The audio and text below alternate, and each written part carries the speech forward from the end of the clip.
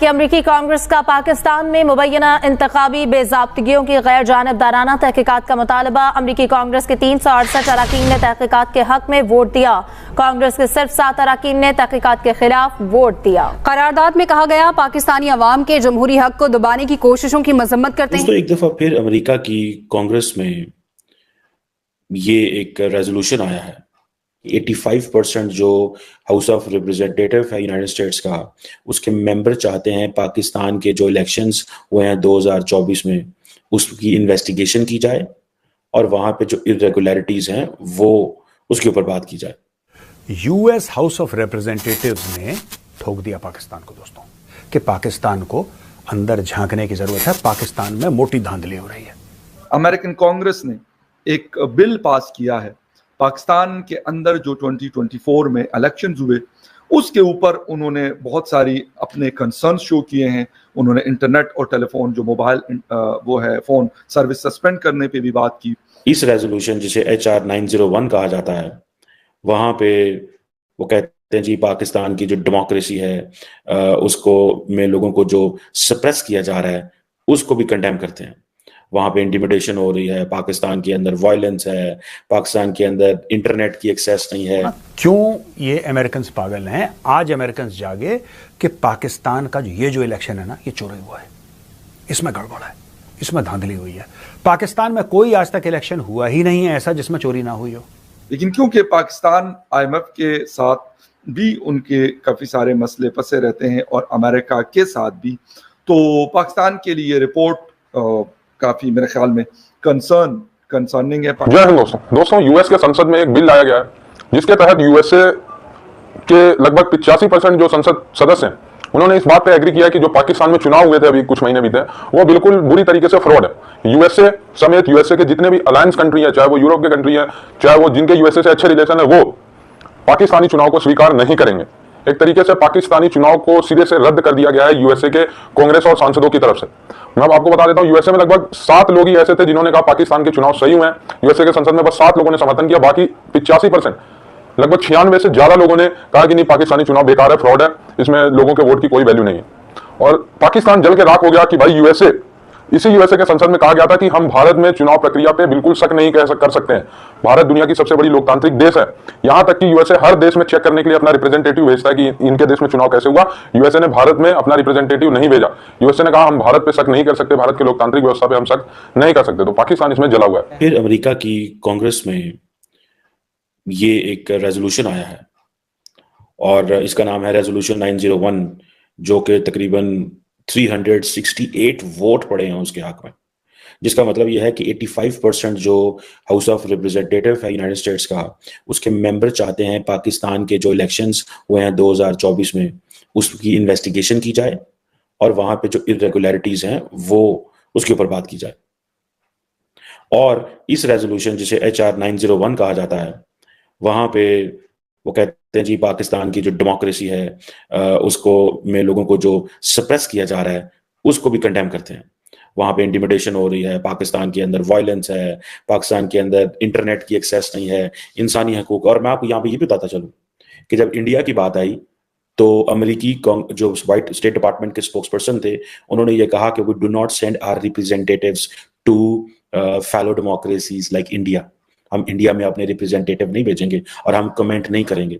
लेकिन ये जो कुछ अमेरिकी कांग्रेस में हो रहा है ये अमेरिका नहीं करा रहा, ये पाकिस्तानी करवा रहे हैं। और देन एक और बात भी है, बड़ी अहम बात, इंडिया आज अमेरिका के इतना करीब है, ठीक है जी, और आप घंटों के घंटे इसके ऊपर बात कर सकते हैं। You can talk hours, days even, ठीक है जी, कि अमेरिका और उनके ताल्लुकात क्या हैं। कभी क्वाड में देखें, I2U2 की बात हो रही है, ऑकस की बात हो रही है, देन बायलैटरल रिलेशंस दोनों मुल्कों के आप देखें, देन ट्रेड की बात करें, कहाँ $200 अरब की बायलैटरल ट्रेड है यार, $200 बिलियन की ऑलमोस्ट बायलैटरल ट्रेड है बिटवीन इंडिया एंड US।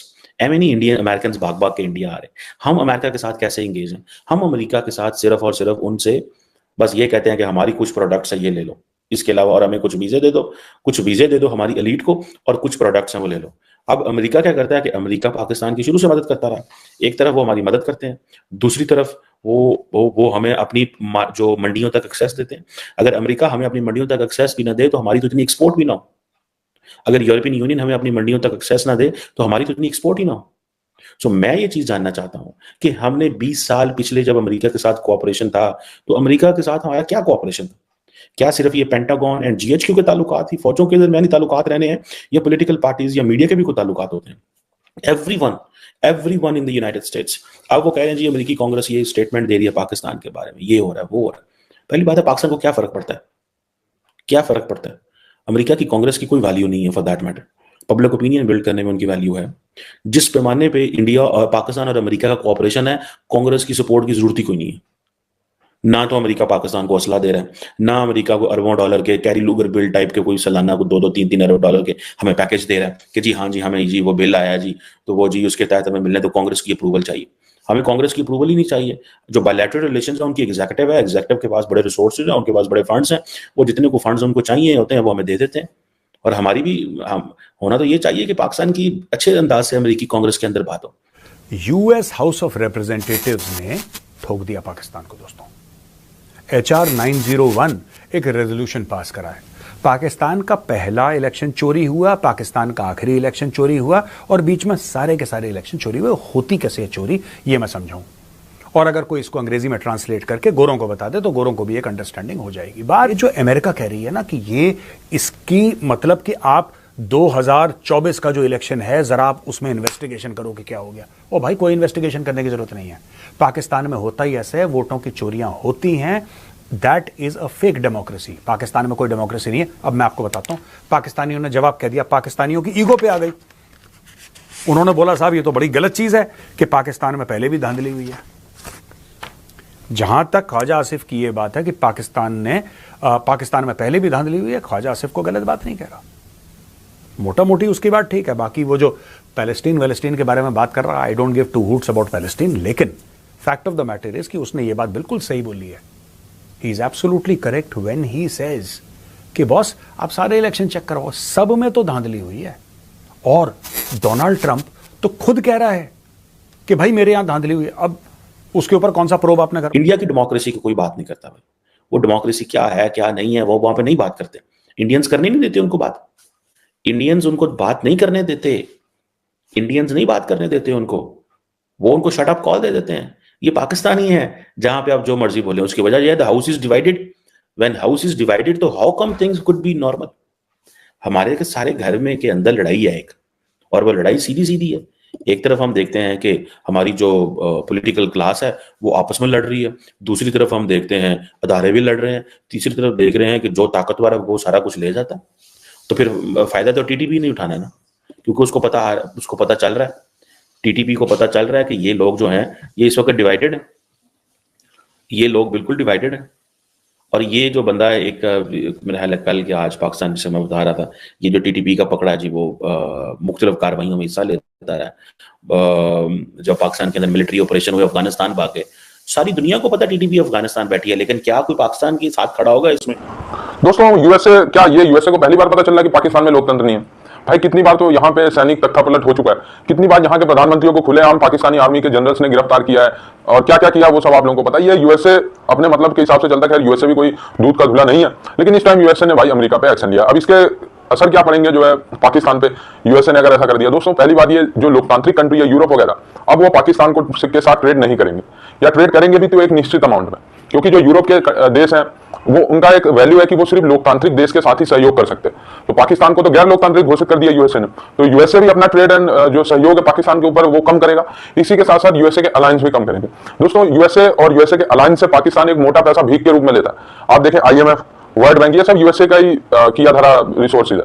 एक तरीके से आप कहें तो 50% डोनेशन इन सब संस्थाओं में यूएसए का ही होता है। तो अगर यूएसए अवैध घोषित कर देगा पाकिस्तानी चुनाव, तो इन संस्थाओं से लोन लेने में पाकिस्तान को दिक्कत होगी। ठीक है, तो और भी पाकिस्तान की अंतर्राष्ट्रीय सतह पर बेइज्जती होगी। जो भी इनकी रैंक है, चाहे वो फ्रीडम रैंक है, चाहे वो पीसफुल की रैंक है, इन सब रैंक में ये नीचे जाएंगे। बेरोजगारी बढ़ेगी, पाकिस्तान में कोई विजिट नहीं करेगा, विजिटर्स भी घटेंगे। वैसे भी पाकिस्तान एशिया में सबसे नीचे नंबर पे आता है विजिटर्स और टूरिस्ट रिसीव करने में, वो भी डाउन हो जाएगा। पाकिस्तान से कोई कंट्री सामान भी नहीं खरीदेगा। पाकिस्तान से जो थोड़ी मोड़ी चीजें बाहर जाती हैं वो भी रुक जाएंगी। तो इससे पाकिस्तान का मैसिव लॉस होगा अगर ऐसा होता है। पाकिस्तानी आर्मी ने कहा है हम यूएसए से पेंटागन से बात करते हैं, देखते हैं क्या बात करते हैं। बाकी आप लोग जुड़े रहे वीडियोस के लिए, तब तक के लिए धन्यवाद। जय हिंद।